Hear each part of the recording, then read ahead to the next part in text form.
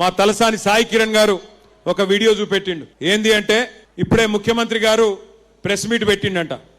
Press meet పెడితే press వాళ్ళు అడిగినరు, మరి సార్ నువ్వు జుబ్లీల్స్ ఓడిపోతే ప్రజలు నీ ఖిలాఫ్ ఉన్నట్టు ఒప్పుకుంటావా, ప్రజలు మరి ఇది రెఫరెండంగా ఒప్పుకుంటావా అని అడిగినరంట.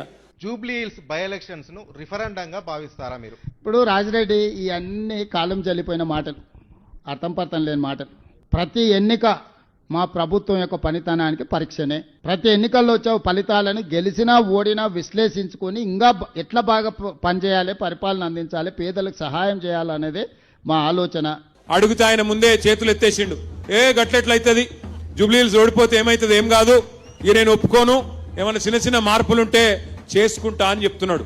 అంటే దాని అర్థం ఏంటంటే రేవంత్ రెడ్డికి కూడా తెలిసిపోయింది, పక్కాగా 14 తారీఖు నాడు ఇక్కడ ఎగరబోయేది గులాబీ జెండా అనే మాట రేవంత్ రెడ్డి కూడా తెలిసిపోయిందా? పక్కానా?